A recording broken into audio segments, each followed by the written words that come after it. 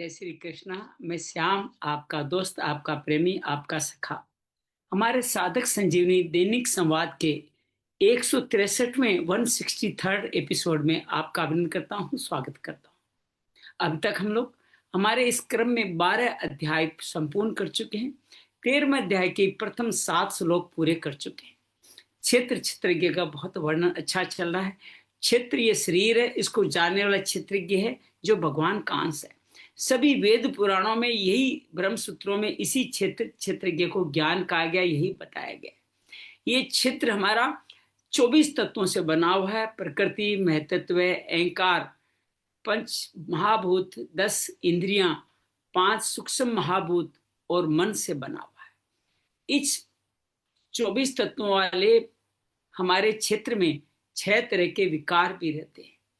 सुख, दुख, राग, द्वेष, धृति, चेतना, शरीर, ये सब विकार इसमें रहते हैं। इस विकार से मुक्ति के 20 साधन बताए गए हैं। उन 20 साधनों का ही आज कल से हम अध्ययन कर रहे हैं। कल कुछ साधन पढ़े, बाकी आज और कल में पढ़ने का प्रयास करेंगे। आइए आज के हमारे इस कार्यक्रम में आगे बढ़े। उससे पहले मन क्रम वचन को भगवान की चरणों में लीन करते हैं। गहरी लंबी श्वास भरें, अर्धनमुलित आंखों से छोड़ें। अर्धनमुलित से नासिका के द्वारों पे ध्यान रखते हुए मूलाधार चक्र से भगवत नाम का उच्चारण करें। नमो भगवते वासुदेवाय, नमो भगवते वासुदेवाय, नमो भगवते वासुदेवाय, नमो भगवते वासुदेवाय, नमो भगवते वासुदेवाय, नमो भगवते वासुदेवाय, नमो भगवते वासुदेवाय। वसुदेव सुतं देवं कंस चाणूरमर्दनं देवकी परमानंदम कृष्ण वंदे जगद्गुरुं। श्री कृष्ण वंदे जगद्गुरुं। या देवी सर्वभूतेषु श्रीमद्भगवत गीता रूपेण संस्थिता नमस्तस्यै नमस्तस्यै नमस्तस्यै नमो नमः। या देवी सर्वभूतेषु साधक संजीवनी रूपेण संस्थिता नमस्तस्यै नमस्तस्यै नमस्तस्यै नमो नमः। गुरुर्ब्रह्मा गुरुर्विष्णु गुरुर्देवो महेश्वरा, गुरु साक्षात् परम ब्रह्म तस्मै श्री गुरुवे नमः। गजाननं भूतगणादिसेवितं कपितजम्बूफलचारुभक्षणं उमासुतं शोकविनाशकारकं नमामि विघ्नेश्वराय पादपङ्कजं, नमामि विघ्नेश्वराय पादपङ्कजं। तुमेव माता च पिता तुमेव बन्धु च सखा तुमेव विद्या द्रविणं तुमेव सर्वं मम देव तुमेव सर्वं मम देव। शांति शांति शांति। आइए आज के हमारे आगे बढ़े उससे पहले एक सुंदर सा संक्षेप में ही सही कथा संदर्भ लेते हैं। अर्जुन अपने कौटुंबिक मोह के कारण स्वधर्म से विचलित होता है और विषाद में आता है। यह है अर्जुन विषाद योग। दूसरे सांख्य योग में अर्जुन भगवान का शिष्य बनकर उचित मार्ग की प्रार्थना करता है। भगवान ज्ञान योग कर्म योग दोनों मार्ग बताते हुए उसको युद्ध लड़ने की प्रेरणा देते हैं। तीसरे अध्याय में अर्जुन पूछता है दोनों में श्रेष्ठ कौन सा है। भगवान कहते हैं कर्म सभी में करना पड़ेगा। यज्ञ सेवा कर्म करने के लिए ही तुम्हारा जन्म हुआ है, इसको करके ही तुम कल्याण होगो। लोगों की सेवा करो, सेवा करते वही आचरण दो। जनक आदि यही करते थे, मैं भी यही करता रहा हूं। भगवान कहते हैं कि जो मंद बुद्धि वाले उनको साथ लेके चले। भगवान अपना सप्त पदों का अपना भी भाव इसके साथ जोड़ते हैं। और भगवान कहते हैं कि अपने धर्म में मरना भी कल्याणकारी है, पर धर्म में जीना भी भयावह है। अर्जुन पूछता सब ऐसा क्यों नहीं करते। भगवान के कामना के कारण, कामना महापापी महावीर्य, इसको नष्ट करो। चतुर्थ अध्याय में भगवान गीता का सार बताते हैं, गीता की उत्पत्ति बताते हैं कि षष्ठी के आरंभ में सूर्य का अब तुम्हें सुना रहा हूं। यह अविनाशी योग माया के अधीन अपनी प्रकृति को करके मैं जब धर्म का नाश होता है, अधर्म की हानि, तब मैं जन्म लेता हूँ। वो मेरे जन्म कर्म दिव्य जो जान लेता है वो मुक्त हो जाता है, वो मेरा भक्त बन जाता है। बाकी सब लोग कामासक्ति में बार बार नित्य घूमते ही रहते हैं। भगवान बार बार ये कहते हैं कि मेरा जन्म इसलिए दिव्य कि जिनको जानने वाले समस्त पृथ्वी के समस्त व्यक्तियों को जान जाते हैं, समस्त धरती को सब व्यक्तियों को जान जाते हैं। वो ज्ञान में स्थित होकर के अपनी मुक्ति के लिए द्रव्य आदि 12 यज्ञ करते हैं, ज्ञान योगी की शरण में जाकर के ज्ञान योग सीखते हैं, अपने समस्त क्लेशों को काट लेते हैं। वो बार बार इन्हीं कार्यों को करते हुए पवित्रता को पाते हैं, अपने संस्कारों को काट लेते हैं। वो श्रद्धावान होकर के संयतेंद्रिय होकर के सब कुछ पाते हैं और फिर वो अपने असंशय को ज्ञान रूपी संशय की तलवार से काट करके उसको आगे बढ़ा देते हैं। तो भगवान इस तरह से अपने इन भावों को हमारे सामने रखते हैं और कहते हैं कि इस तरह से तुम मेरे भक्त बन जाओ। पंचम अध्याय कर्म संन्यास योग में अर्जुन पूछता संन्यास योग कर्म योग में कौन श्रेष्ठ है? भगवान के दोनों ही मुझ परम फल को पाने वाले, लेकिन संन्यास योग में कठिनाइयां बड़ी है। कर्म योग सहज है, आसानी से कोई भी कर सकता है। कर्म योग वाले व्यक्ति योग की शुद्ध आत्मा विजितेंद्रिय होकर के समदर्शी हो जाते हैं और वो विद्या विनय संपन्न ब्राह्मण चांडाल में भी समदर्शी होते हैं। ज्ञान वाले भी शरीर का विवेक से ध्यान रखते हैं, वही मार्ग को पाते हैं। लेकिन कर्म योग इसलिए श्रेष्ठ है, 9 द्वारे देवी में रहते कर्म फलों में लिप्त होते हुए वो सेवा कार्य करते हैं। मैं उसके लिए उनका कोई सहयोग ही नहीं करता, उनका प्रारब्ध ही उनमें प्रेरणा करते हैं, उनकी बुद्धि मेरे प्राण होकर मेरे में स्थित हो जाते हैं। विद्या विनय संपन्न ब्राह्मण चांडाल में सबदर्शी होते हैं और प्राप्य अप्राप्य कुछ नहीं होता। बाकी सब लोग भोगों के अधीन होकर दुखी होने भोगते रहते हैं। भगवान के अंतरात्मा से सुखी व्यक्ति अपने सत्व रजस तमस कलश का काट करके मुझको जान जाते हैं, मेरा ही ध्यान करके मेरे भक्त बन जाते हैं। षष्ठम अध्याय आत्म संयोग भगवान कहते हैं जो कर्म फल के आश्रित है, जिसके में कर्म करने के लिए कर्ता भाव है, वो नैष्ठिकम शांति को कैसे पाएगा? बाकी सब लोग कर्म कर्तृत्व भाव छोड़ने से नैष्ठिकम शांति को पा जाते हैं और नैष्ठिकम शांति को पा करके वो लोग अपनी आत्मा का उद्धार करते हैं, मित्र बन जाते हैं, बाकी लोग शत्रु बनते हैं। ये सब कार्य करते हुए जितना प्रसन्न आत्मा होते हैं। ज्ञान विज्ञान से तृप्त होकर के व्यक्ति सुख दुख हानि लाभ अनुकूल प्रतिकूल परिस्थिति लोहा सोना और स्वर्थ मैत्र वेरी उदासीन मध्यस्थ द्वेष पापाचारी साधु में भी समदर्शी होते हैं। ये जो व्यक्ति पवित्र प्रदेश में बैठ करके यम नियम का पालन करते हुए दोनों दिशाओं में नए देखते हुए भ्रकुटी पे ध्यान रखते हुए भ्रकुटी के द्वारों पे भ्रकुटी पे ध्यान लगाते हुए नासिका के द्वारों पे ध्यान रखते हुए वो मेरा भजन करते हैं। लेकिन युक्ताहार विहार करने वालों का ही संपन्न होता है। उनकी उपमा ऊर्ध्वगामी दीपक की लो से दी गई। वो अत्यंतिक सुख पाते हैं, अत्यधिक लाभ और हानि उनको विचलित नहीं करता। दुखों के संयोग का वियोग हो जाता है। धारणा वाली बुद्धि से मेरा चिंतन करते रहते हैं। मन चिंतन के मन इधर उधर हो जाए तो उसको अभ्यास वैराग्य के द्वारा मुझ में लगा देते हैं। इससे वो प्रशांत मन होकर के अपने सत्व रजस तमस को काट मेरी सेवा करते हुए वो अत्यंतिक सुख पाते हैं। सब तो मुझे देख के उसे मेरे समान बर्ताव करते हैं। उनके लिए कभी मैं अदृश्य नहीं होता, वो मेरे लिए कभी अदृश्य नहीं होते। वो दूसरों सुख में सुखी होते हैं, दुख में दुखी होकर निराकरण का उपाय करते हैं। अर्जुन पूछता है मेरा मन चंचल है, मैं कैसे करूं? भगवान अभ्यास वैराग्य का रास्ता बताते हैं। अर्जुन के कहने पर बताते हैं अंत समय विचलित हुआ व्यक्ति भी स्वर्ग आदि के विघ्न भोगकर सिरमानव घर में जन्म लेता है, फिर कुछ पल भोगों के वश में बिताता है, फिर मेरी तरफ परम शांति की तरफ आ जाता है।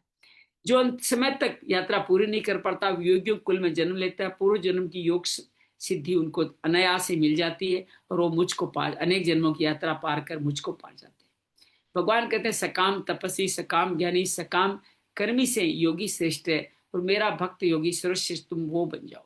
सप्तम अध्याय ज्ञान विज्ञान में भगवान ज्ञान अर्थात सब कुछ परमात्मा है, विज्ञान व परमात्मा के सिवा कुछ नहीं है, ये बात बताते हुए कहते हैं इसके जानने के बाद तुम्हारे मन में कोई संशय नहीं रहेगा। हजारों लोगों में से कोई एक सिद्धि इसको जानता है, बाकी अपरा अर्थात पंच तत्व मन बुद्धि अहंकार स्थूल सूक्ष्म शरीर के ही जंजाल में फंसे रहते हैं। वो मुझ अधियज्ञ को जान ही नहीं पाते, जबकि सबका भोक्ता प्रभु मैं ही हूं। अन्न जल पृथ्वी का सबका सार रस ओंकार वेद भी मैं ही हूं। भगवान ये कहते हैं इस तरह से वो लोग सभी बलवानों का बल तेज में हूं, लेकिन मेरे सत्व रजस तमस की माया में वो उनका ज्ञान अपरत होता है और वो मुझको नहीं जान पाते। कौन जानेगा आपको? अर्थार्थी आर्थ जिज्ञासु और ज्ञानी भक्त मुझे जानता है। इस चारों ही उदार है, लेकिन ज्ञानी सर्वश्रेष्ठ मेरा ही अंग है, मेरे भी बिन।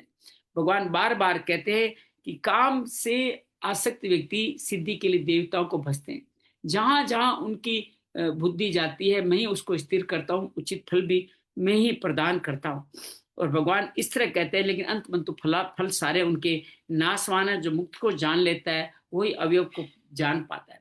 बाकी सब लोग ऐसा मुझे नहीं जानेंगे तो मूढ़ योनियों में ही घूमते रहेंगे। तो भगवान कहते हैं कि जो वर्तमान भूत भविष्य में सबको जानता हूँ, मेरे को केवल मेरा भक्त जानता है।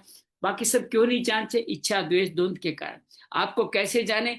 पाप पुण्य के सभी कर्मों का अतिक्रम करके द्वंद मोह से मुक्त होकर दृढ़व्रति जरा मरण मोक्षाई मृत्यु तक अधि यज्ञ अधि आदि देविक अधि भौतिक अधि ब्रह्म अधि अध्यात्म और अधिक कर्म को जानते हुए अंत में मेरा भजन करते मुझको पा जाए। अर्जुन पूछता है अखिल भरम क्या है? भगवान किसी सर्ष की सर्जना करी। अखिल कर्म क्या है? उसके द्वारा सर्जना का कार्य आदि कर्म है। और उस अक्षर ब्रह्म को अनेक विधियों से जानना ही अध्यात्म है। ये स्थूल शरीर आदि भौतिक आदि देविक है। और क्षेत्रज्ञ के रूप में मैं अधिज्ञ तुम सब में विराजमान हूँ। जो अंत समय मेरा इस अधिज्ञ का स्मरण करते हुए प्राण त्यागते हैं वो मुझको पाते हैं, इसमें कोई संशय नहीं है। बाकी जिस इसका स्मरण करते हुए प्राण त्यागेंगे उस योनियों को पाने वाले हैं। तो भगवान कहते हैं मेरा अनुस्मरण करे, मन बुद्धि मुझ में अर्पित करे, मैं तुम्हें मुक्ति पर। मैं कौन हूँ? अपना परिचय कहते हैं अभ्यास योग मेरा करे। मैं कविज्ञ सर्वज्ञ हूँ, आदि हूँ, सबका सूक्ष्म से सूक्ष्म हूँ, सबका शासन करने वाला हूँ, सबका पालन पोषण करने वाला हूँ, तमस्य परे ज्ञानमान प्रकाशमान हूँ। योग बल के द्वारा मेरा ध्यान करे, मन को निरुद्ध करके बुद्धि अपनी भ्रकुटी में ध्यान लगाते हुए दस्यों द्वार से मेरा को पाले। ये सगुण निराकार है। निर्गुण निराकार के लिए भगवान कहते हैं समस्त आश्रमों का भली भांति पालन करके, नौ द्वारों को रोक करके, मन को निरुद्ध करके, भ्रकुटी पे ध्यान लगाते हुए, मानसिक ओम का उच्चारण करते हुए, मेरा चिंतन करते हुए मुझको पा जाते हैं। सगुण उपासक नित्य निरंतर अनन्य भाव से मेरा भजन करते हैं, उनके लिए मेरा मैं बड़ा सुलभ हूँ। जो ऐसा करते हैं महात्मा दुखालय एहसास से मुक्ति पा जाते हैं। ब्रह्म लोक के सभी लोग पुनरावर्ती है।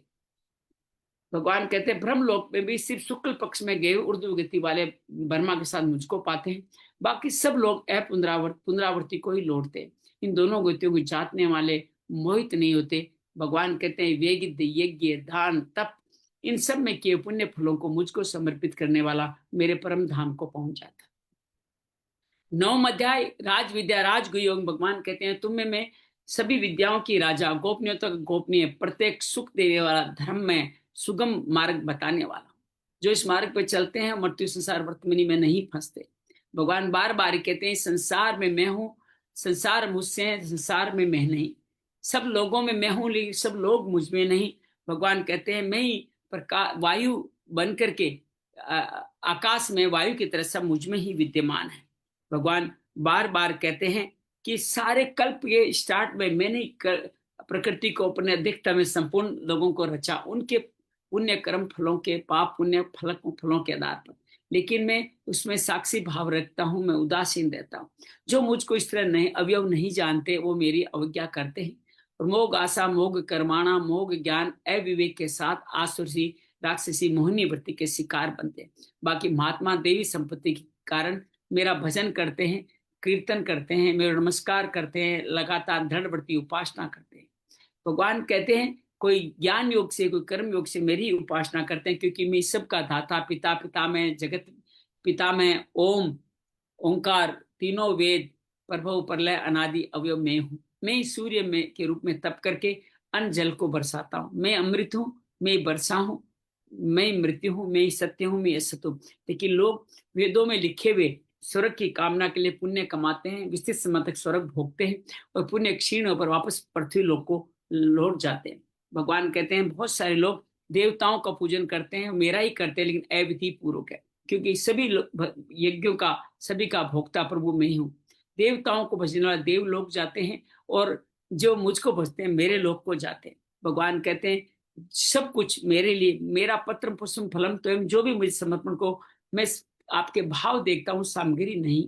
भगवान कहते हैं मत करोसी मत सनासी यज्जोसी तदासियत, अर्थात जो कुछ भी आप मेरे को समर्पण करोगे, जो भी मेरे लिए करोगे, जो कार्य करो, प्रसाद लो, यज्ञ करो, दान करो, तप करो, श्रद्धा भाव से मुझे समर्पण को, मैं शुभ अशुभ फलों से मुक्ति दिला करके तुम्हारा मोक्ष प्रदान करूंगा। भगवान कहते हैं मुझे कोई प्रिय अप्रिय नहीं, दुराचारी व्यक्ति भी मेरा भजन करने का निश्चय ले वो महात्मा हो जाता है। पाप योनि हो, शूद्र हो, वैश्य हो, स्त्री हो, ब्राह्मण हो, क्षत्रिय हो, एक बार मेरा भजन करने का निश्चय के लिए मेरा हो जाता है। मेरे लिए कर्म करो, मेरे प्राण हो जाओ, मुझे नमस्कार करो और मुझ में स्थित हो जाओ, ये भगवान कहते हैं। 10वें अध्याय में विभूति योग में भगवान कहते हैं तुम्हारे हित की कामना से मैं दोबारा तुम्हारे कुछ परम वचन कहूंगा। मेरे पर्व को महर्षि और देवता भी नहीं जानते। जो मुझ अनादि को नहीं जानते वो पाप, जो जानते हैं वो असमूढ़ सभी पापों से मुक्त हो जाते हैं।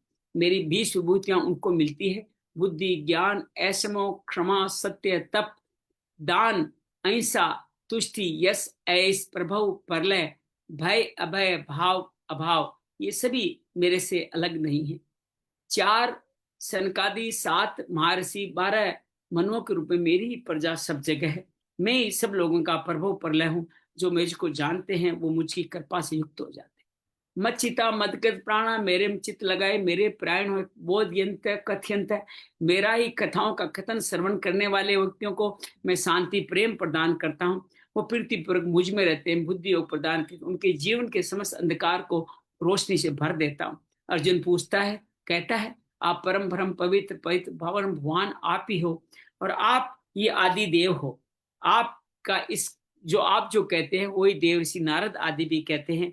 आपके इस महत्व को देवता और दानव भी नहीं जान सकते। आप स्वयं ही भूत भावन भूते जगत पते पुरुषोत्तम, आप ही अपनी विभूतियों को कहने में सक्षम हो। मैं आप समस्त विभूतियों जिनके माध्यम से आप पृथ्वी को संचालन कर रहे हैं, उन विभूतियों के माध्यम से मैं आपका कैसा चिंतन करूं, किन भावों में चिंतन करूं, मुझे विस्तार से बताए, मेरी तृप्ति नहीं हो रही। भगवान से ज्यादा मांगते तो भगवान कहते हैं संक्षेप में ही मैं कह सकता हूँ।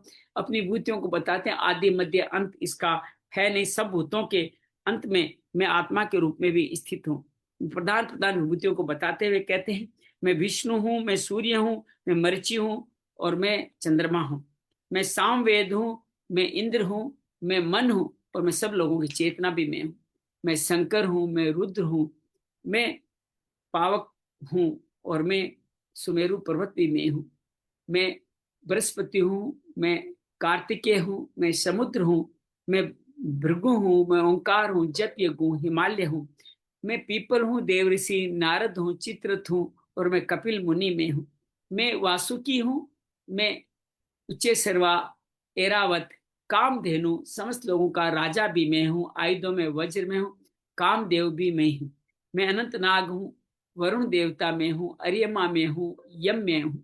भगवान कहते हैं दैत्यों में प्रहलाद, काल गणना में कालना में हूँ, पशुओं में सिंह में हूँ और पक्षियों में गरुड़ में हूँ।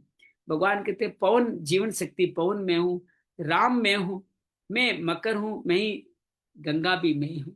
सबका आदि मध्य अंत में हूँ। मैं ही अध्यात्म विद्यावाद में हूँ, अक्षरों में ओंकार आकार में हूँ, समासों में द्वंद में हूं। मैं काल हूं, मैं विश्वमुख हूं। मैं सर्वहर करने वाली मृत्यु उद्भव में हूं। माताओं में पाई जाने वाली श्री कीर्ति वाक धरती मेधा क्षमा स्मृति भी मैं ही हूं। मैं छल करने वालों का तेज, तेजस्वियों का जीतने वालों का तेज, व्यवसाय जिनकी व्यवसाय सात्विकों का व्यवसाय में हूँ। कृष्ण वंशियों में वासुदेव, पांडव, व्यास और शंकराचार्य भी मैं नारायण। दंड नीति में हूँ, विजय नीति में हूँ, मौन में हूँ, ज्ञानवानों का ज्ञान में हूँ। संभूतों में आदि बीज चर अचर भी में हूँ। जितनी भी दिव्य वस्तुएं, दिव्य पदार्थ, दिव्य ऊर्जावान दिव्य सब मेरे एक अंश से व्याप्त है। पूरा ब्रह्मांड मेरे एक अंश से व्याप्त, इससे ज्यादा मैं क्या कहूँ। भगवान इसके साथ 11 अध्याय में प्रवेश करते हुए अर्जुन पूछ बैठता है कि मेरे मद अनुग्रह, मेरे अनुग्रह करके मुझे ये आपने जो अध्यात्म विषय के मेरा इससे मोह नष्ट हो गया। मोह नष्ट हो गया तो मैं एक कमल संपूर्ण प्राणियों के उत्पत्ति विनाश को मैंने विस्तार पूर्वक सुना है। अभी अविनाशी महात्म भी आपसे सुन लिया है। मैं आपको जैसा है वैसा ही मैं आपके ईश्वर संधि रूप को देखना चाहता हूँ। अगर मेरे द्वारा इस सामर्थ्य देखना संभव हो तो कृपया मुझे अपना रूप दिखा दीजिए। भगवान कहते हैं मेरे अनेक तरह के खुश प्रसन्न होके कहते हैं अनेक तरह के अनेक वर्ण अनेक आकार वाले हजारों लाखों रूपों को तुम आश्चर्य से देखो। क्या क्या दिखा रहे हैं? 12 आदित्य, 8 वसु, 11 रुद्र, 2 शून्य कुमार, 49 मरुतगुण और आश्चर्य से जो कुछ देखना चाहता है, जो देखा नहीं वो भी तुम देख रहे। भगवान कहते हैं इस एक देश में चराचर सहित जगत को दे, अभी देख ले, जो कुछ देखना चाहता वो देख ले। लेकिन भगवान ठिठकते कहते हैं चरम चक्षु से इसको नहीं देखता, भगवान को दिव्य चक्षु प्रदान करते हैं। और दिव्य चक्षु प्रदान करते, दिव्य चक्षु प्राप्त संजय क्या उठता है कि महायोगी शुक्र ने अर्जुन को अपना विराट रूप दिखा दिया है। और विराट रूप कैसा है, पहले संजय जिक्र करता है, अनेक मुख है, अनेक नेक, अनेक अद्भुत दर्शन है, अनेक उनके आभूषण है, अनेक आयुध है, अलौकिक वस्त्र है, अलौकिक मालाएं हैं, दिव्य गंधों का, चंदन आदि का लेप किया हुआ है। हजारों सूर्य का प्रकाश मिलकर उस दिव्य प्रकाश का तुलना नहीं कर सकते। इस तरह भगवान ने अर्जुन को एक शरीर में अनेक जगत को दिखाया। अर्जुन रोमांचित होकर कृतांजलि करते हुए, स्तुति करते हुए कहता है कि आपके इस एक रूप में मैंने अनेक देवताओं, परमा समुदायों को, प्राणी समुदाय को, ब्रह्मा विष्णु महेश, स्वर्ग और स्वर्ग के रहने वाले सब ऋषियों को और पाताल के सर्पों को भी देख लिया। आपके अनेक हाथ, पेट, मुख, नेत्र वाले अनंत रूप वालों देख रहा हूं। आपके आदि मध्य अंत को मैं नहीं जान पा रहा हूं। आप शंख चक्र गदा पद्मधारी, तेज राशि, दीप्यमान है। आप सूर्य के समान कठिनता से देखने वाले, अप्रिमेय अर्थात अपरिमित है। आप जानने के परम अक्षर, संपूर्ण विश्व के परम आश्रय, सनातन धर्म के अविनाशन सनातन पुरुष है, ऐसा मैं मानता हूँ। आपको आदि मध्य अंत से रहित, अनंत प्रभावशाली, सूर्य चंद्रमा के दो नेत्रों वाले, अग्नि रूप मुखों वाले अपने तेज संसार को तपाते हुए देख पा रहा हूं। संपूर्ण आकाश तक, पृथ्वी से आकाश तक संपूर्ण दिशाएं आपके उग्र रूप से देख करके तीनों लोग अद्भुत भयभीत हो रहे। अर्जुन अगले श्लोक में कहते हैं समस्त देवता भी भयभीत होकर नमस्कार करते, आपके मुख में प्रवेश कर रहे हैं और समस्त सिद्धगण आपकी स्तुति कर रहे हैं। आपको मैं क्या क्या देखूं, 11 रुद्र है, 12 आदित्य है, 10 विश्व, 8 वसु है, 12 साध्य गण है, 10 विश्व देव है, 49 महत्वगुण, 2 अश्विनी कुमार, गरम गरम भोजन करने वाले, 7 पितर, यक्ष, गंधर्व, असुर, सिद्धों के समुदाय चकित होकर के आपको ही देख रहे।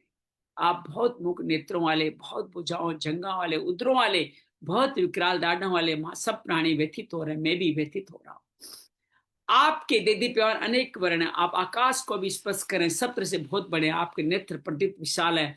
आपको देख भयभीत अंतर करने वाला मैं धैर्य और शांति को नहीं प्राप्त हो रहा। अर्जुन कहते हैं कि आपके प्रलय काल के अग्नि समान प्रज्वलित मुख में वे विकराल दाढ़ों कान, मुझे दिशाओं का ज्ञान ने शांति मिले, हे जगन निवास आप प्रसन्न हो जाए। हमारे पक्ष के मुख्य मुख्य योद्धा तो साथ साथ में द्रोण, भीष्म, कर्ण आदि आपके इस मुख में प्रवेश कर रहे हैं। सब के सब आपके विकराल दाढ़ों कान भय में बड़ी तेजी से प्रवेश करे। कोई एक तो चूर्ण सिरों सहित दांतों के बीच में फंसे हुए दिखाई दे रहे। अर्जुन कहता है जैसे नदियों के जल का प्रवाह स्वाभाविक रूप से गति से समुद्र की तरफ जाता है, वैसे ही सब लोग आपके दीप्यमान मुख में प्रवेश करें।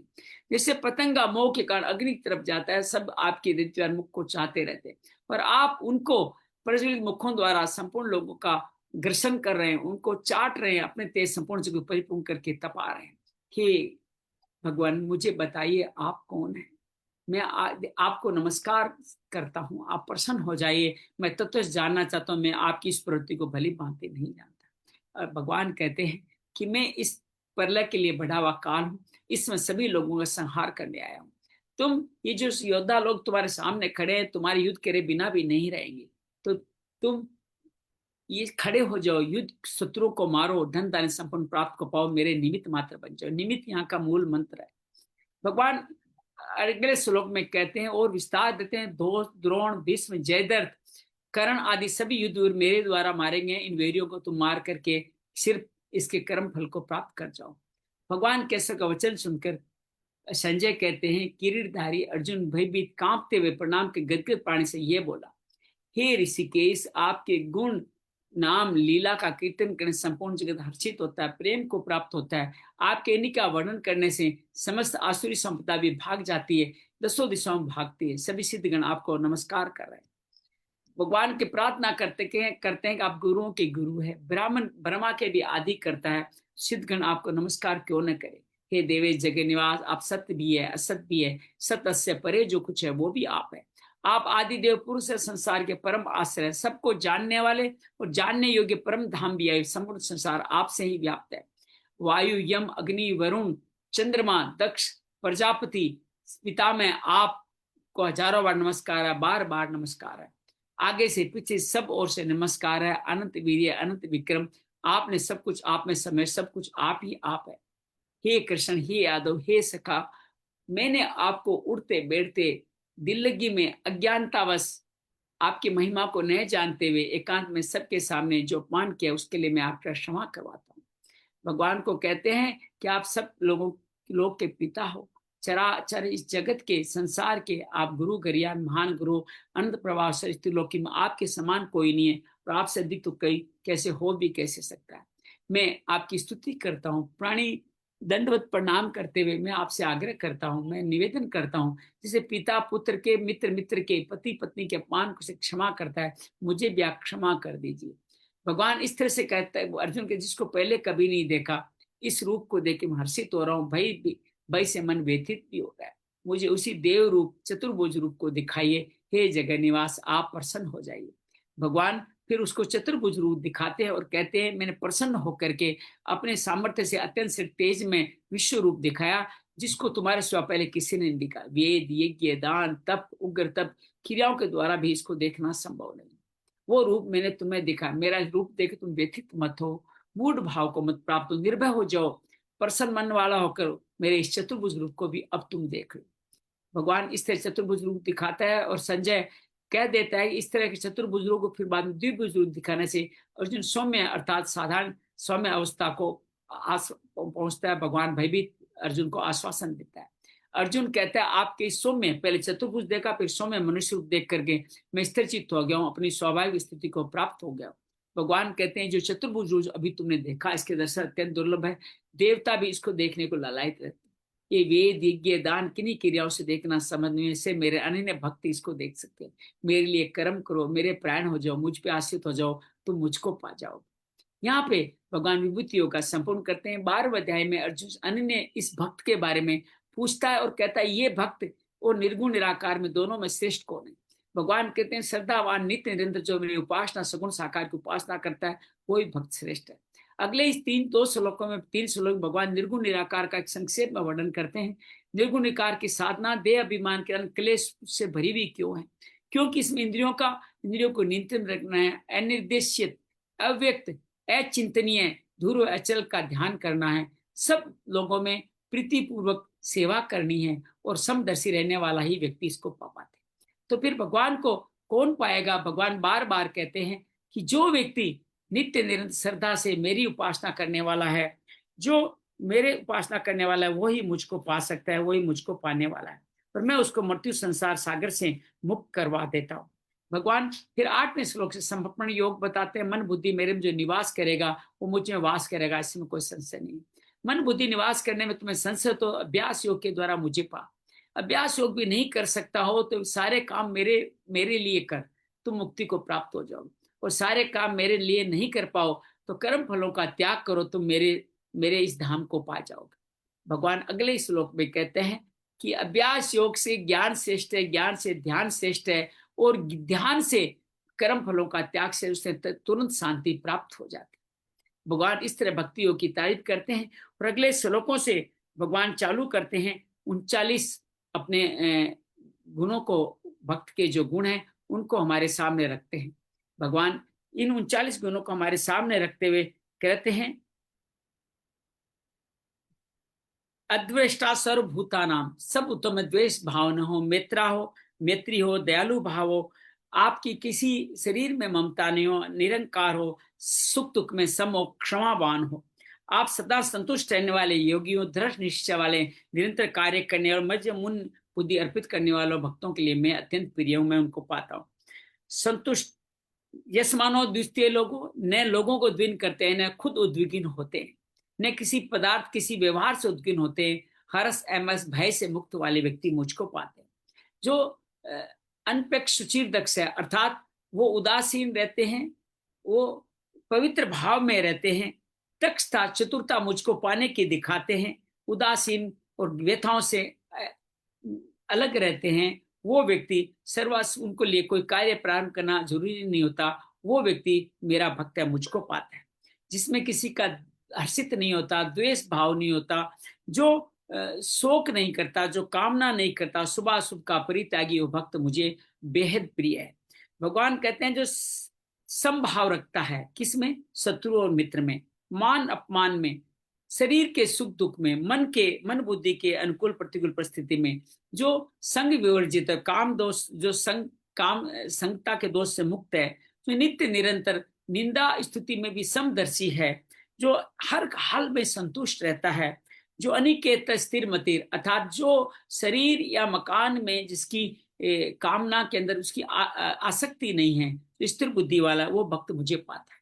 ये 39 भक्त के लक्षण बताते हैं भगवान ने, 7 सिद्ध भक्त के लक्षण। इनको पाने वाला सिद्ध बन जाता। तुम साधक भक्त इस अमृत में वचन को सुनो, इसको जीवन में उतारने का प्रयास करो। मैं ऐसे उतारने का प्रयास करो, तुम मुझे बहुत पवित्र, तुम मुझे पा जाओ।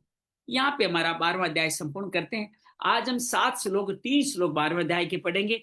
मैं अंजलि से निवेदन करूंगा 18, 19, 20 3 श्लोक अब 12वें अध्याय के पढ़े, फिर हम त्रयोदश अध्याय में कदम रखेंगे। जय श्री कृष्ण। समशत्रौ च मित्रे च तथा मानापमानयोः शीतोष्ण सुख दुःखेषु समसंगविवर्जितः तुल्यनिन्दास्तुतिर्मौनी सन्तुष्टो येन केनचित् अनिकेतस्थिरमतिर्भक्तिमान् मे प्रियो नरः ये तु धर्म्यामृतमिदं यथोक्तं पर्युपासते श्रद्धानामत्परमा भक्तास्तेऽतीव मे प्रियाः।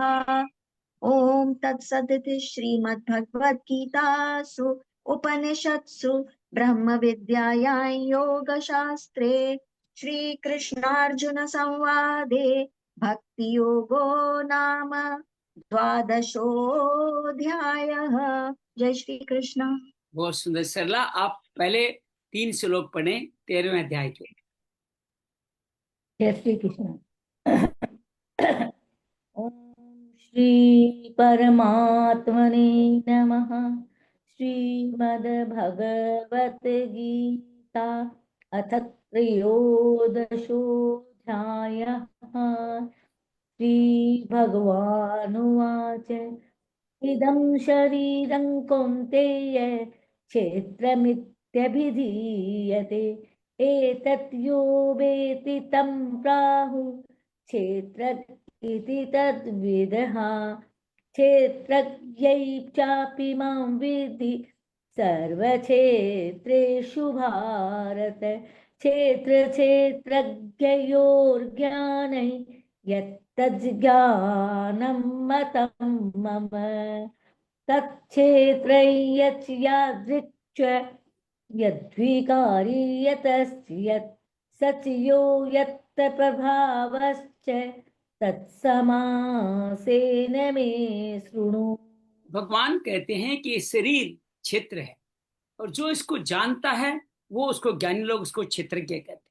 फिर अगले श्लोक में क्षेत्रज्ञ का परिचय रूप में अपने आप को प्रस्तुत कर देते हैं कि जो इस शरीर को जानने वाला क्षेत्रज्ञ, संपूर्ण क्षेत्रों में क्षेत्रज्ञ मुझे ही जान, ये जो चित्त से ज्ञान है यही मेरे मत में ज्ञान है। अर्थात शरीर ये क्षेत्र है, और शरीर में क्षेत्र के रूप में भगवान कहते हैं मैं विद्यमान हूं, इसी को तू ज्ञान मान। और 30 श्लोक में भगवान इस ज्ञान को और आगे विस्तारित कहते हैं कि ये जो क्षेत्र जिन चीजों से बना हुआ है, जिन विकारों वाला है, जिनसे पैदा हुआ है, और क्षेत्र के जिस प्रभाव वाला है, वो तुम सब मुझसे सुनो। अर्थात क्षेत्र का विस्तार भगवान करने वाले हैं। 4, 5, 6 श्लोक गुरुदीप जी आभा मौजूद है तो आप करें, नहीं तो अंजलि आप पढ़े। हाँ, हमने कल 6 श्लोक नहीं किया था, आज हम 6 को भी देखने वाले हैं। 4, 5, 6 पहले आप पढ़ दीजिए, फिर 6 भी देखेंगे और 7वां 8वां भी देखेंगे। 4, 5, 6 पढ़े आप, 7 भी पढ़ दीजिए, 7 तक पढ़ दीजिए। ऋषिर्भिर्बहुधा गीतैः छन्दोभिर्विविधैः पृथक् ब्रह्मसूत्रपदैश्चैव हेतुमद्भिर्विनिश्चितैः महाभूतान्यहङ्कारो बुद्धिर्व्यक्तमेव च इन्द्रियाणि दशैकञ्च पञ्चचेन्द्रियगोचराः इच्छा द्वेष सुखं दुःखं संघातश्चेतना धृतिः एतत् क्षेत्रं समासेन सविकारमुदाहृतम् अमानित्वमदम्भित्वम् अहिंसा क्षान्तिरार्जवम् आचार्योपासनं शौचं स्थैर्यमात्मविनिग्रहः। जय श्री कृष्ण। बहुत सुंदर। तो ये जो क्षेत्र क्षेत्र ज्ञान है, ये वेदों में यही कहा गया है, ब्रह्मसूत्र में यही कहा गया है, सब चीजें यही सब कुछ के विभाग पूर्वक वर्णन किया गया है, जिसको भगवान यहाँ अति संक्षेप में सरल भाषा में हमें बता रहे हैं। पहले क्षेत्र का वर्णन बताते हैं, ये क्षेत्र बना कैसे, ये प्रकृति के द्वारा, भगवान की प्रकृति के द्वारा बना है। तो पहला है प्रकृति, उससे महत्त्व है जिसको समष्टि बुद्धि कहते हैं, वो उत्पन्न हुआ। महत्व बुद्धि से अहंकार उत्पन्न हुआ, अहंकार से पंच महाभूत, पंच महाभूत से 10 इंद्रियां, 10 इंद्रियों के साथ 5 सूक्ष्म महाभूत जिसको इंद्रियों के विषय तन्मात्राएं कहते हैं, और मन, या इंद्रियों और महाभूत के बीच में मन हुआ। इस तरह के 24 तत्वों से इसको क्षेत्र के रूप में जानो। लेकिन जो श्लोक हम भूल रहे थे वो इस क्षेत्र का हिस्सा है, वो आज हम पढ़ते हैं। इस क्षेत्र में ये 24 तत्वों के अलावा कुछ विकार भी है। कौन से विकार है? पहला है इच्छा, फिर द्वेष, ये विकार है, सुख दुख, और ये शरीर स्वयं विकार है, और चेतना और धृति धारणा करने का, इन विकारों से क्षेत्र संक्षेप में कौन कौन से विकार हुए? इच्छा, द्वेष, सुख दुख, ये शरीर भी विकारों से भरा हुआ है, धारणा क्या आप धारण करते हो वो भी, और इनके प्राण शक्ति भी विकार का भाग है। ये सब मिला करके इसको संक्षेप में मैं विकार बता रहा हूं। इच्छा क्या है?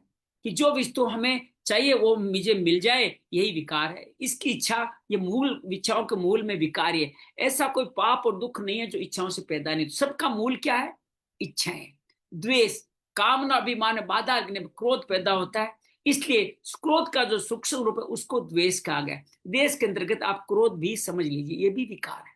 सुख, अनुकूलता, सुख भी क्या विकार है? जी हाँ, अनुकूलता के मन में जो प्रसन्नता होती है, अनुकूल परिस्थिति जो मन को सुखाती है, उसको सुख कहते हैं। और सुख के दौरान आप भगवान को भूल जाते हैं, इसलिए ये भी विकार है। दुख, प्रतिकूलता आने पर जो हलचल होती है, जो मन को स्वाती नहीं, उसको दुख कहते हैं। आप द्वेष भाव में चले गए। संघा, 24 तत्वों से बने शरीर समूह का नाम ही शरीर है।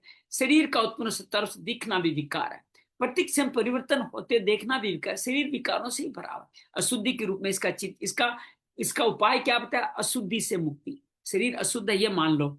चेतना, चेतना नाम प्राण शक्ति है। शरीर में जो प्राण चल रहे उसका नाम चेतना। इस चेतना परिवर्तन होता है। सात्विक वृत्ति होने पर प्राण शक्ति शांत रहती है। चिंता, शोक, भय, उद्वेग आदि होने पर प्राण शक्ति वैसी शांत नहीं, क्षुब्ध हो जाती है। ये प्राण शक्ति निरंतर नष्ट होती रहती है, अतः ये भी विकार रूप है। अर्थात ये हर बार बदलती रहती है। साधारण लोग प्राण वालों को चेतन, निष्प्राण वालों को अचेतन कहते हैं। इस तरह से प्राण शक्ति बिना तो शरीर है ही नहीं, इसको चेतना कहा गया। धृति, धारणा, धैर्य, जो कभी धैर्य छोड़ देता है, कभी धैर्य जाता है, कभी धैर्य कम रहता है, अच्छी बात को धारण करता है, बुरी बात को धारण करता है, यह धरती भी क्षेत्र का विकार। अच्छा बुरा, और भगवान आगे चल के धरती का सात्विक रजस तमस का भेद भी करेंगे। परमात्मा की तरफ चलने में धरती बहुत आवश्यक है। इदम शरीर करके वे शरीर को अपने से अलग दिखाने के लिए, ऐसे दृश्य दृष्टि को अलग दिखाने के लिए एतत् शब्द का प्रयोग किया गया। भगवान ने 5 श्लोक समष्टि शरीर का वर्णन, पूरे शरीर का वर्णन किया। 6 श्लोक व्यष्टि शरीर के विकारों का वर्णन किया। इस शरीर में जो व्यक्तिगत व्यक्ति रहता है उसमें क्या क्या विकार है उसका वर्णन किया। क्योंकि समष्टि संसार में इच्छा द्वेष आदि विकार होते ही नहीं। हमारे शरीर के अंगों में इच्छा द्वेष नहीं होता। हमारा पेट कभी हमें मालपुए गुलाब जामुन नहीं मांगता है। हमारा कभी हमारी बुद्धि हमें गलत कार्य में नहीं लगाती। ये विकार के कारण ही ये शरीर जो शुद्ध है वो अशुद्ध होता चला जाता है। तो समष्टि और व्यष्टि दोनों एक ही है। भगवान ने क्षेत्र के साथ एक ना बताई, वैसे संसार के साथ भी एकता है। भगवान ने पुरुष स्थिति शरीर में नहीं आकर प्रकृति में बताई है। पुरुष प्रकृति स्थितो ही, पुरुष स्त्री वेष्टि शरीर में हो जाने से शरीर स्थिति भी समष्टि हो जाती है। वेष्टि और समष्टि प्रकृति दोनों एक ही है। जब वेष्टि आप समष्टि में उलझ जाते हो, वेष्टि में उलझ जाते हो, तो शरीर में भी दोष आने लगे। इसको यूं समझिए अंजलि, गीता, सरला, ऐसे समझिए कि आपके शरीर में मानसिक भावों के कारण आपके शरीर में शारीरिक रोग आ जाते हैं। आप क्रोध करते हो तो आपका लीवर खराब हो सकता है। आप बहुत ज्यादा खाना पीना उल्टा सीधा करते हो तो आपका लीवर खराब हो जाता है। तो मानसिक भावों के कारण शरीर प्रभावित होता है। इसको समझिए वेष्टि से समष्टि तक पहुंच जाना, मतलब आपके विकार आपके शरीर तक फैल जाते हैं और फिर शरीर से पूरे संसार में भी फैल सकते हैं। ये क्यों होता है? अविवेक के कारण होता है। जब इस क्षेत्र के साथ अपना क्षेत्र के संबंध मान लेता है तब द्वेष आदि विकार पैदा होती है और ये विकार के कारण ही अनुकूल प्रतिकूल परिस्थिति होती है। तो जीवन मुक्त महापुरुष का शरीर से मेरेपन का संबंध नहीं होने के कारण उसको शरीर को, मेरे शरीर महान पवित्र हो जाता है। प्रारब्ध के अनुसार शरीर रहता है, जब तक शरीर रहता है तब तक चेतना रहती है। परिशिष्ट का भाव ये है, क्षेत्र के साथ संबंध रखने से, इस शरीर के साथ संबंध रखोगे तो इच्छा, द्वेष, सुख, दुख आदि विकार क्षेत्र में होगा। 4 विकार मुख्य रूप से बताए, इच्छा, द्वेष, सुख और दुख। 5वां शरीर है, 6ठी चेतना है, 7वीं धरती है। 7 तरह के विकार इस क्षेत्र में बताए गए हैं, जिनके कारण ये 23वां श्लोक। अब इन विकारों से मुक्ति के लिए क्या तरीके हैं, उनको 20 साधन कहा गया है। अगले 4 श्लोकों में 20 साधन पढ़ने वाले हैं। कल हमने 20 साधन को, इन्हीं को ज्ञान कहते हैं, और 20 साधन में कल 9 साधन हमने पढ़े। अमानित्वम, अपने में श्रेष्ठता का भाव नहीं होना। अदम्भित्वम, दिखावटी भाव में दिखाता रहूं, मैंने ऐसे कपड़े ये पहना वो पहना, दिखावटी भाव नहीं होना। श्रेष्ठता का भाव मतलब आपको सम्मान की कामना। अहिंसा, कितनी तरह की अहिंसा देखी आपने।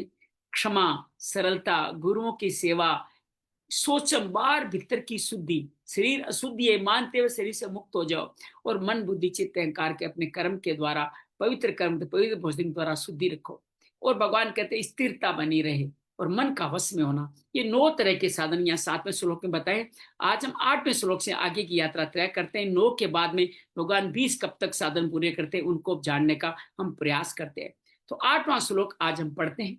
इंद्रियार्थेषु वैराग्यम अनहंकार एव च, जन्म मृत्यु जरा व्याधि दुखा दोषानुदर्शनम। इंद्रियार्थेषु, इंद्रिय के विषय में वैराग्य होना। वैराग्य किससे होगा? इंद्रियों में जो राग विषय है उनके प्रति आपका इंद्रियों को न मोड़ना ही वैराग्य है। अनहंकार, अहंकार का नहीं होना।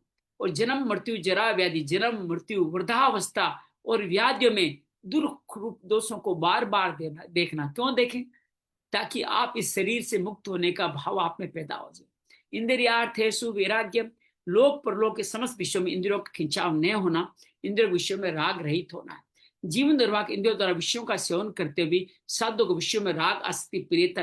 जीवन निर्वाह के लिए आप खा भी रहे हो, स्पर्श भी कर रहे हो, धर्मयुक्त संतान भी उत्पन्न कर रहे हो, सुन भी रहे हो, लेकिन राग नहीं होना ही इंद्रिय वैराग्य है। उपाय क्या है?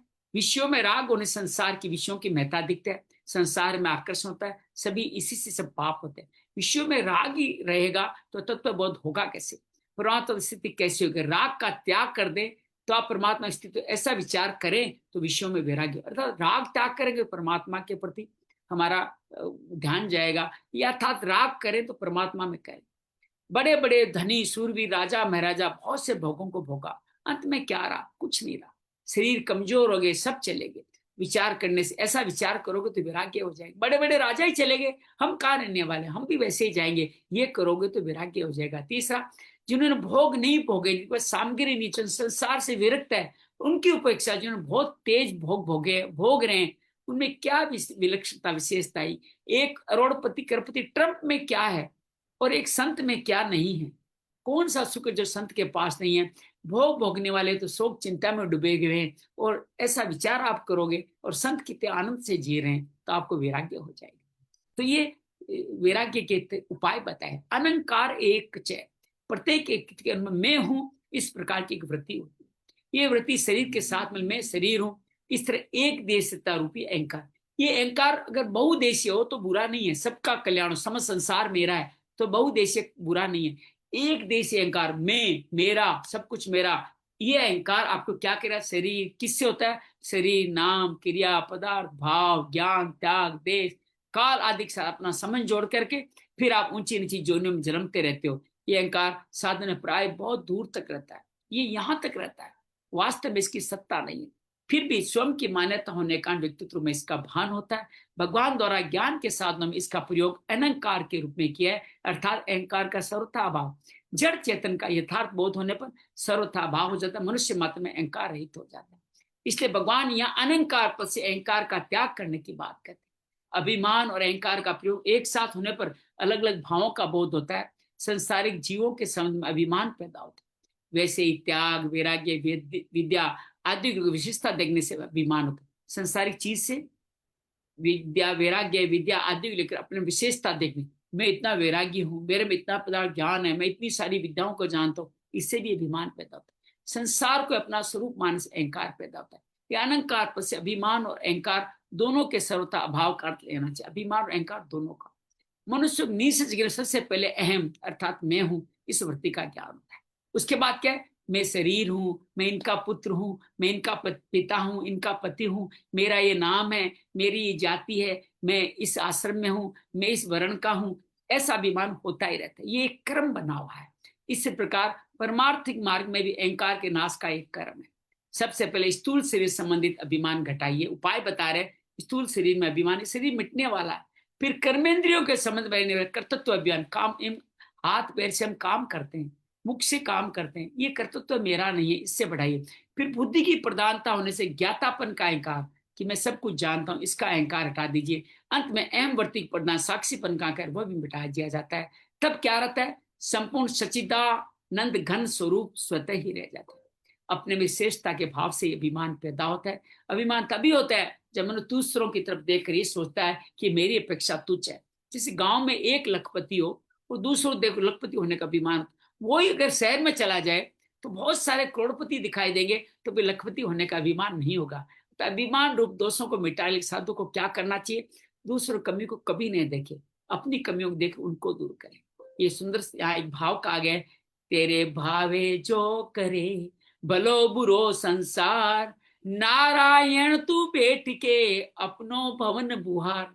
संसार कर मत देखो, अपना भवन का बुहार करो तो बहुत सुंदर कार्य होगा। एक ही आत्मा जैसे शरीर में व्याप्त है, ऐसे ही वह अनेक शरीरों में व्याप्त है, सर्वगत है। परंतु मनुष्य अज्ञान से सर्वव्यापी आत्मा को एक अपने शरीर में सीमित रखकर शरीर को मान लेता है। जैसे मनुष्य बैंक में रखे बहुत से रुपये में केवल अपने द्वारा जमा कुछ रुपये ममता करके उसका संबंध मान के अपने को धनी मान लेता है। ऐसे एक शरीर में शरीर हूँ ऐसा अहंता करके काल से संबंध मान के मैं इस समय में हूँ, इस देश में हूँ, यहाँ हूँ, बुद्धि संबंध मान के मैं समझदार हूँ, वाणी संबंध मानकर मैं वक्ता हूँ आदि अहंकार कर ही लेता है। इस प्रकार सब न मानना ही अहंकार रहित होने का उपाय है। मैं समझदार, मैं वक्ता, मैं इतना अच्छा जन्म, मेरा इतना अच्छा मानव शरीर, इस घर में जन्म, ये सब मानना अहंकार है। शास्त्रों में परमात्मा का सच्चिदानंद घन रूप से वर्णन आया है। सत का मतलब है सत्ता या सत्य, चित्त का मतलब है ज्ञान या स्मृति, और आनंद का मतलब अविनाशी सुख। ये तीनों परमात्मा भिन्न भिन्न स्वरूप नहीं, एक ही परमात्मा तत्व के तीन नाम है। साथ ही तीनों में किसी भी एक विशेषण से परमात्मा लक्ष्य करके निर्विकल्प हो सकता है। संसार के चिंतन से साधक का कोई प्रयोजन होता नहीं और अचिंत्य परमात्मा चिंतन में आता नहीं, निर्विकल्पता है।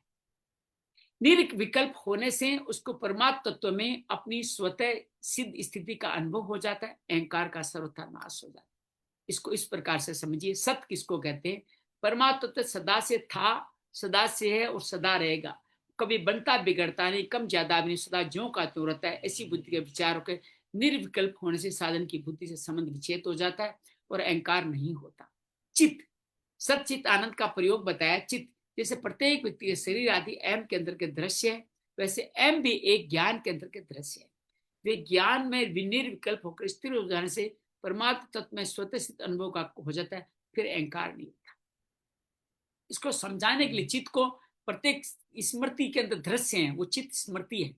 किसी सेठ ने सुना अमुक दुकान में इतना नफा हुआ है, साथ ये भी सुना अमुक दुकान में इतना नुकसान। मान लो उसकी 3-4 दुकान है, इस प्रकार नफा और नुकसान दोनों में फर्क है, पर दोनों के ज्ञान में कोई फर्क नहीं। नेत्र दृष्टा है और रूप दृश्य है, फिर मन दृष्टा है, इंद्रियां दृश्य है, फिर बुद्धि दृष्टा है, मन दृश्य है। अंत बुद्धि की वृत्तियों का भी जो दृष्टा है वो साक्षी आत्मा का किसी का भी दृश्य नहीं है।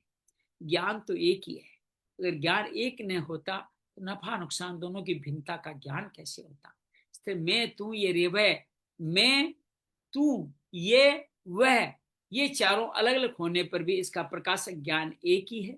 जिस सामान्य प्रकाश में मैं क्रियाएं होती है, उसी प्रकाश में तू और ये वह भी क्रियाएं होती है। उस प्रकाश से मैं तू ये वह का भेद है ही नहीं। उस सामान्य प्रकाश का संबंध यदि है तो चारों के साथ है, नहीं है तो किसी के साथ नहीं। सर्वप्रथम नित्य दृष्टा, फिर रूप, उसकी तन्मात्रा रूप, और फिर मन, जिसके आधार पर नेत्र चल जहां अपनी रिपोर्ट देता है। मन अपनी रिपोर्ट देता है बुद्धि को, तो बुद्धि दृष्टा है, मन दृश्य है। अंत में बुद्धि की वृत्तियों का जो दृष्टा है वो आत्मा, किसी प्रकार का दृश्य नहीं है। ज्ञान तो एक ही है। अगर ज्ञान एक नहीं होता तो नफा नुकसान दोनों की भिन्नता को कैसे ज्ञान था। तो इस तरह से सामान्य प्रकाश संबंध है तो चारों के साथ नहीं तो किसी के साथ नहीं। आनंद, अगला सूत्र दिया है, सत चित आनंद। साधक लोग बुद्धि और अहम को प्रकाशित करने वाले चेतन को भी बुद्धि के द्वारा जानने की चेष्टा कर।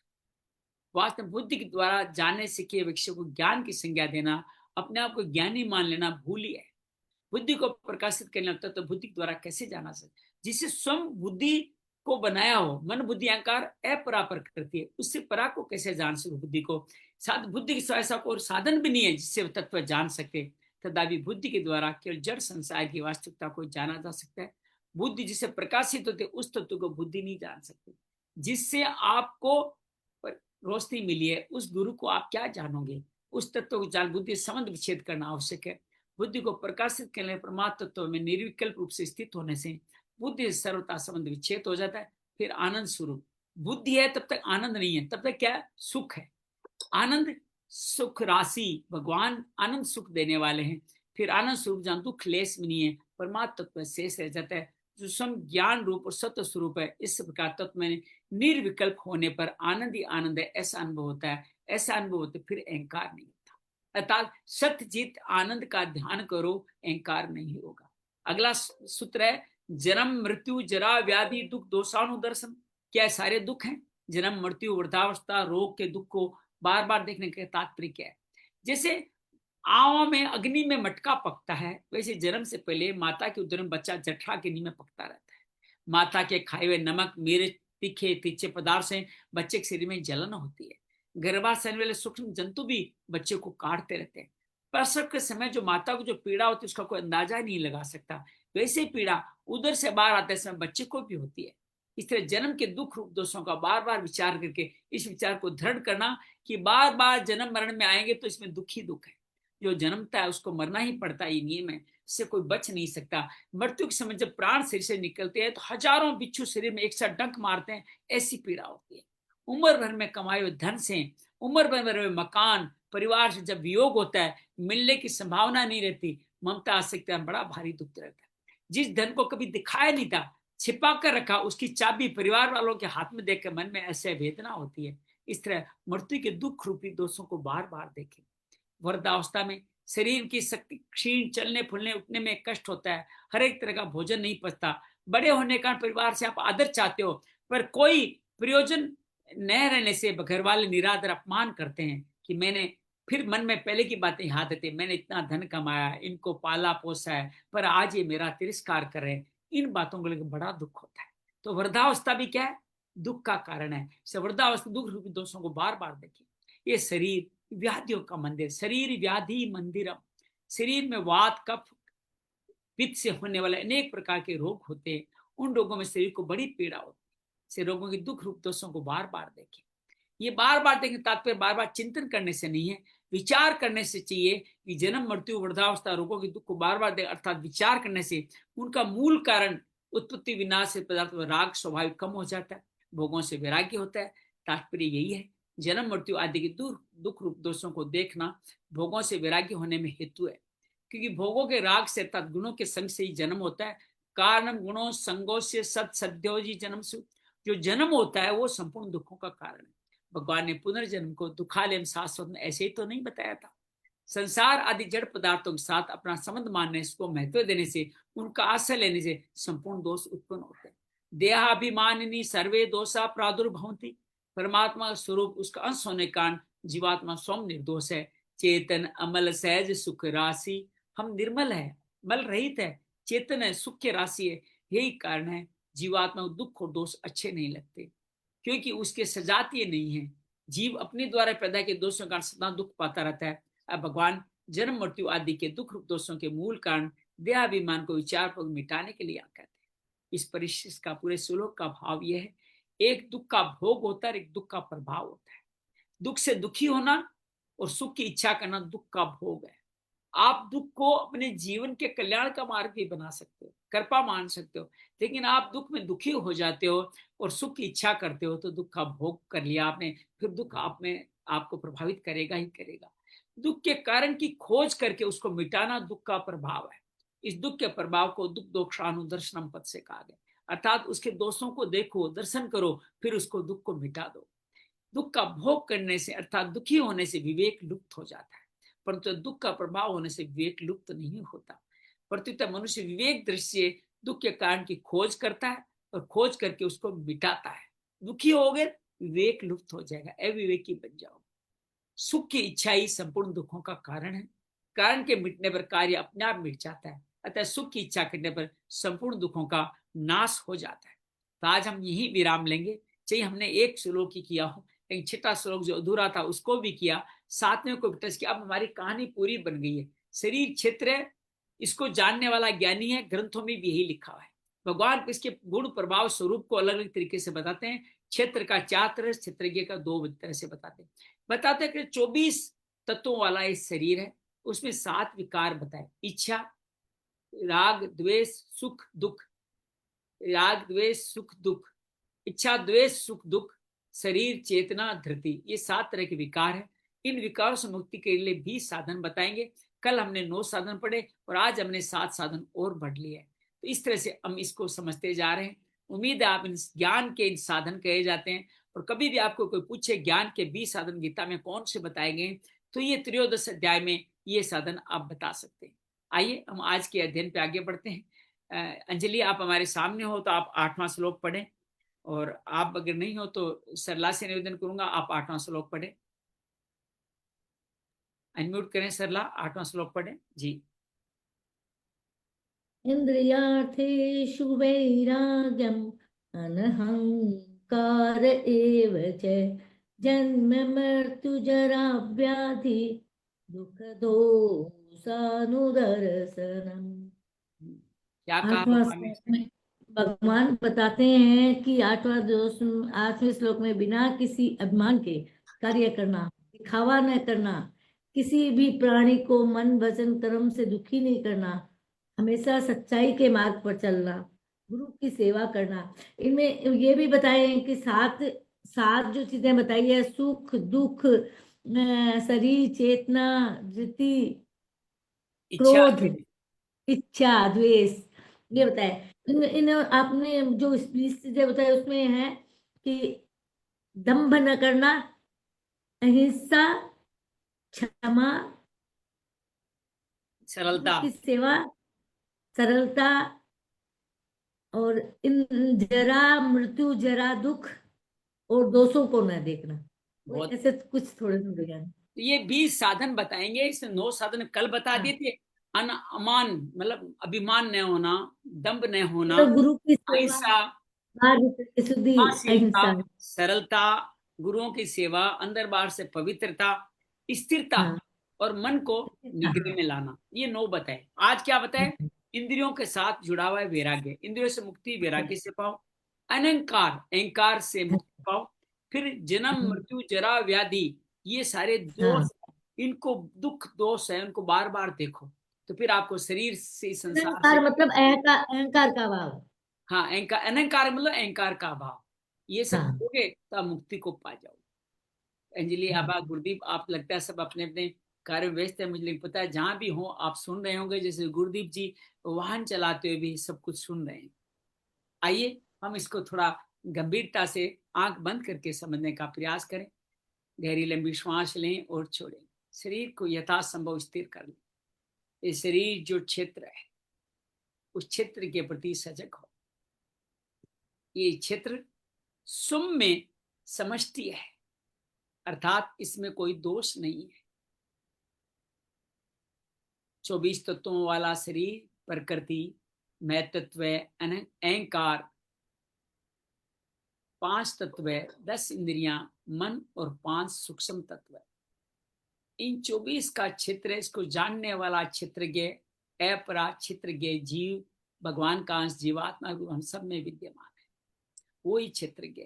लेकिन क्षेत्रज्ञ का ज्ञान जो सब ग्रंथों में लिखा हुआ है, इसको जानने वाला ही सिद्ध होता है, वही परमात्मा के पास पहुंचता है। इस शरीर में इन 24 तत्वों के अलावा 7 विकार भी है। इच्छा, द्वेष, सुख, दुख, शरीर, चेतना, धृति। इसमें से शरीर, चेतना, धृति पॉजिटिव नेगेटिव दोनों हैं। अर्थात इस शरीर में अशुद्धियां भी है, ये शरीर मुक्ति का साधन भी है। ये चेतना, जिस वक्त जिस तरह की चेतना होती है, वो चेतना कई बार दुखदायी भी होती है। हम धारणा से अच्छी बुरी सब चीजों का धारण कर सकते हैं। और इच्छाओं तो सभी रोगों का, सभी विकारों का जड़ है। और द्वेष, सुख दुख, सुख में फंस जाना, दुख के प्रभाव को न अनुभव करना, यही दुख का कारण है।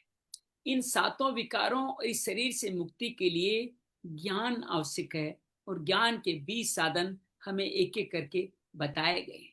अमानित्वम अर्थात आप में अभिमान न होना, अदंभित्वम दिखावे का भाव न होना, अदंभित्व में अहिंसा, 81 तरह की अहिंसा, काल, व्यक्ति, धर्म, देश, किसी के अंतर्गत भी आपसे हिंसा न हो। हिंसा के बाद में बताया आप क्षमाशील हो, आप ताकतवर हो, पावरफुल हो, फिर भी न स्वयं दंड देते हो, न उसको दंड देने लिए किसी और को कहते। आर्जवम अर्थात सरलता, जीवन में सरल व्यक्ति ही जीवन में सिद्धि को प्राप्त होता है। आचार्योपासनम शौचम स्थिरम आत्मविनिग्रह, समस्त गुरु को धारण करके गुरुओं की सेवा करें। आप अंतर्बार से पवित्रता बनाए रखें। मन, आपकी बुद्धि स्थिर हो, मन भगवान में लीन। ये 9 साधन कल पढ़े। तो आज के 7 साधन तो बहुत अद्भुत है। भगवान बार बार कहते हैं इंद्रियों से वैराग्य हो। इंद्रियों के विषयों में लिप्त होने से ही नए नए कर्म फल बनते हैं। इंद्रियों में वैराग्य करने से हम सब लोग भगवान चरणों में राग को प्राप्त कर सकते हैं। अहंकार, अहंकार जो दंभित्वम अमानित्वम से भी बड़ा है, जो क्रोध से भी बड़ा है, उस अहंकार से मुक्ति पाएं तो हम अहंकार के पास पहुंच सकते। अपने से बड़ों को देखें, मैं लखपति नहीं, मेरे से बड़े भी बहुत कुछ है। आप सच्चित आनंद का ध्यान करें, अहंकार से मुक्ति पा जाएंगे। जन्म मृत्यु जरा व्याधि दुख दोषानुदर्शनम, कि जन्म लेते समय, जन्म माँ के गर्भ में उत्पन्न होने के बाद कितना सारा दुख दर्द माँ को और आपको भुगतना पड़ता है। ऐसे मृत्यु के समय भी आपको सारे साधन छोड़ के जाने पड़ते हैं। शारीरिक दुख भी होता है, जब जब बीमारियां होती है, जब जब बुढ़ापा आता है, तब तब भी आपको बहुत सारे दुखों का अनुभव होता है। शारीरिक स्तर पर भी, मानसिक, इन सभी जन्म मृत्यु जरा व्याधि, इन चारों समय के दुखों के दोषों का बार बार अनुभव करें, चिंतन करें।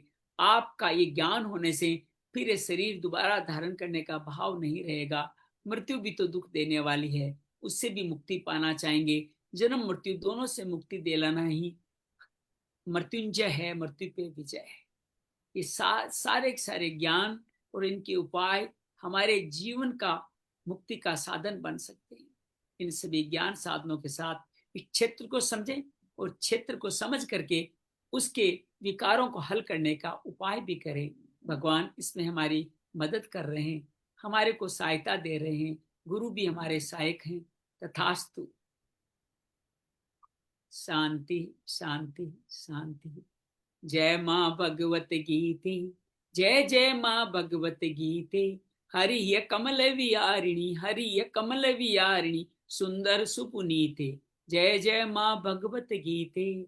दया सुधा बरसावनी, मातु कृपा कीजे, मातु कृपा कीजे। हरिपद प्रेम दान कर, हरिपद प्रेम दान कर, अपनों कर लीजे। जय जय माँ भगवत गीते। योगेशम सचिदानंदम वासुदेव रज प्रियम, धर्म संस्थापकम वीरम, कृष्ण वंदे जगद्गुरु, श्री कृष्ण वंदे जगद्गुरु। शांति शांति शांति। उम्मीद आपको 13वां अध्याय का अब तक का क्रम समझ में आ गया होगा। बीच में जो विकार वाला भाग छोड़ने से हमारा कर्म टूट गया था। हम समझ ही नहीं पा रहे थे भगवान कह क्या रहे हैं यहाँ। ये पूरा 13वां अध्याय भगवान की वाणी है। अर्जुन कुछ नहीं समझ रहा है, और हम सब अर्जुन को समझ पाए तो भगवान बड़े प्रसन्न होंगे। सार में 7 लाइनों से इन 9 श्लोकों को 8 श्लोकों को समझ सकते हैं। शरीर क्षेत्र है, ये सब जानते हो। पहला ज्ञान शरीर क्षेत्र है, इसको जानने वाला क्षेत्रज्ञ है, वो क्षेत्रज्ञ परमात्मा है। यही बात सब ग्रंथों में भी लिखी गई है। अब भगवान क्षेत्रज्ञ का क्षेत्र का 4 तरह से और क्षेत्र का 2 तरह से प्रभाव स्वरूप बता। इस क्षेत्र में 24 तत्व बताए गए, जिसमें प्रकृति, महतत्व, अहंकार, 5 महाभूत, 10 इंद्रियां, मन और 5 सूक्ष्म महाभूत स्थित। इनके माध्यम से भगवान ने 24 तत्व बताए। और काय 24 तत्व जो हमारे इस समष्टि शरीर में है, उस वेष्टि शरीर में कुछ विकार भी है। वो विकार ही 6ठे श्लोक में थे, जिनको मिस कर रहे थे। इच्छा, द्वेष, सुख, दुख, शरीर, चेतना और धृति, 7 विकार बताए। इन 7 विकारों से पार पाने के लिए जो साधन बताए, उनको ज्ञान के साधन कहा जाता है। ये ज्ञान के साधन 20 बताए गए। कुछ साधन कल पढ़े, कुछ आज पढ़े, कुछ कल पढ़ने वाले। उसमें सबसे पहला जो भगवान ने जो साधन बताया वो है अमानित्व, दूसरा अदंभित्व, तीसरा अहिंसा, चौथा क्षमा, 5वां सरलता, 6ठा आचार्य सेवा, 7वां सोच, 8वां स्त्रीय और स्थिरता, और 9वां बुद्धि, मन को परमात्मा में लगा। 9 साधन कल बताए। आज के साधन बताए 10वां वैराग्य, इंद्रियों में वैराग्य, 11वां अहंकार बताया, और 12वां क्या बताया, जन्म मृत्यु जरा व्याधि के दुखों का दर्शन कर। इसमें सिर्फ 3 ही आए, ये तीनों बहुत महत्वपूर्ण है। 12 अब तक हम पढ़ चुके हैं। 18 ज्ञान के साधन हम लोग अगले 2 श्लोकों में पढ़ने वाले। उम्मीद है आपको 13वां अध्याय की ये क्रम समझ में आ गया होगा, तो फिर आप बहुत जल्दी ही इस 13वां अध्याय को पकड़ पाएंगे।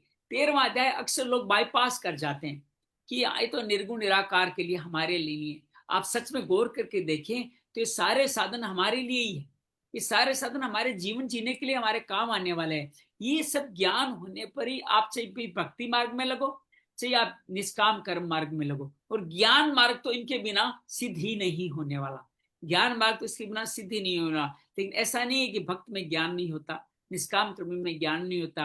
तो सबके साथ ज्ञान के साथ करेंगे, निष्काम कर्म भी आसान हो जाएगा, भक्त बनना भी सहज हो जाएगा। तो इन भावों को समझने का प्रयास कीजिएगा। 13वां अध्याय हम सब पूरा मन में धारण करें। 13वां अध्याय हमारे अच्छी तरह समझ में आएगा, तो आ ही नहीं वाला है। क्यों अंजलि, बात अभी तक समझ में आई है सारी? 7 विकार है ना, दया, क्षमा, उदारता, शरीर, चेतना, धृति, एक और कौन सा है? दया नहीं बोला, इच्छा। दया कहाँ विकार हो गया? इच्छा, द्वेष, सुख, दुख, अच्छा, इच्छा, शरीर, चेतना, धृति। शरीर, चेतना, धृति के बारे में, सुख के बारे में संशय हो सकता है कि सुख कैसे विकार है, शरीर कैसे विकार है, ये चेतना कैसे विकार है, धारणा कैसे विकार है। इन इच्छा, द्वेष, इच्छा, द्वेष, सुख, दुख, अच्छा, ये 7 विकार है। उन विकार से मुक्ति के लिए 20 हमारे ज्ञान के साधन, और भगवान का वर्णन इतना सुंदर है। उन साधनों का नाम नहीं दिया, उनके बाद में अलग अलग तरह से उपाय भी बताए। मैं आपसे निवेदन करूंगा इन 4 श्लोकों को 8, 7, 8, 9, 10 में तो भक्तियों की बात हो जाएगी। 7, 8, 9 के अंदर आप इसको बहुत सुंदर तरीके से आप पढ़ें तो बहुत अद्भुत ज्ञान होगा। 10 ज्ञान के साधन इसमें लिखे गए, 20 ज्ञान के साधन, बहुत अद्भुत है 20 ज्ञान के साधन। जी जी दीदी। 7 ज्ञान तक उन्होंने ज्ञान प्राप्ति के 21 साधन बताए हैं। 7 से 11 श्लोक, 11 तक है क्या? हाँ, है ना? लेकिन पता नहीं संत यहाँ 20 लिख रहे हैं, हो सकता है 21 हो। 11वें तक 20 बताए गए, हो सकता है 21 भी हो। कोई 21 गिन रहा है, कोई इनको 20 गिन रहा है। जैसे जरा, व्याधि, दुख, दोषानुदर्शनम, अब इनको एक ही गिनना चाहिए। सब में दुख, दोष का अनुभव करना है। दुख इनमें जन्म, मृत्यु, बुढ़ापा, बुजुर्ग में जो दुख हो रहा है उनको अनुभव करना।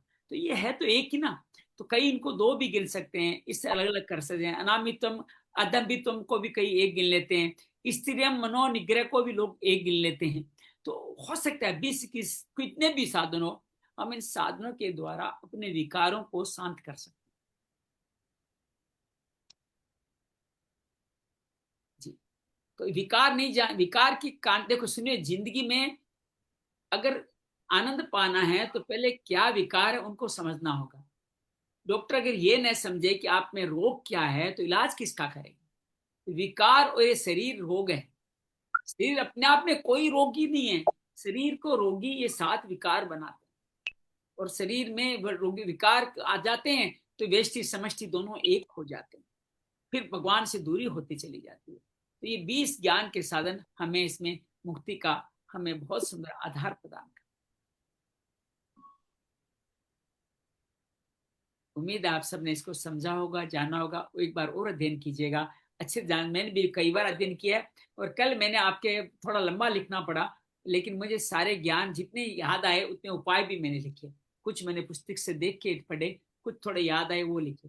तो ये जो उपाय हैं, उन ज्ञान के साधनों का उपाय जीवन में उतारना ही जीवन जीने की कला है। नहीं तो अभिमानी होंगे, अहंकारी होंगे, बार बार जन्म मरण के सिलसिले में फंसते रहेंगे, हिंसा करेंगे, कड़वे हो जाएंगे। जिसको कहते हैं ना कि ये आदमी तो भाई समझ में नहीं आता, सरलता नहीं है, गुरु में संशय रखते रहेंगे, मन में स्थिरता नहीं होगी, बुद्धि में स्थिरता नहीं होगी। तो ये सब चीजें हमारे जीवन का हिस्सा बन जाएगी, जिसमें अहंकार भी है, इंद्रियों में राग भी है। ये सब हमारे जीवन में हिस्सा बनती चली जाएगी, तो हम बार बार जन्म मरण के सिलसिले में फंसते रहे। उम्मीद है आप सबको यह भाव अच्छा लगा होगा। इसको जीवन में उतारने का प्रयास कीजिएगा। बहुत बहुत धन्यवाद, बहुत बहुत आभार।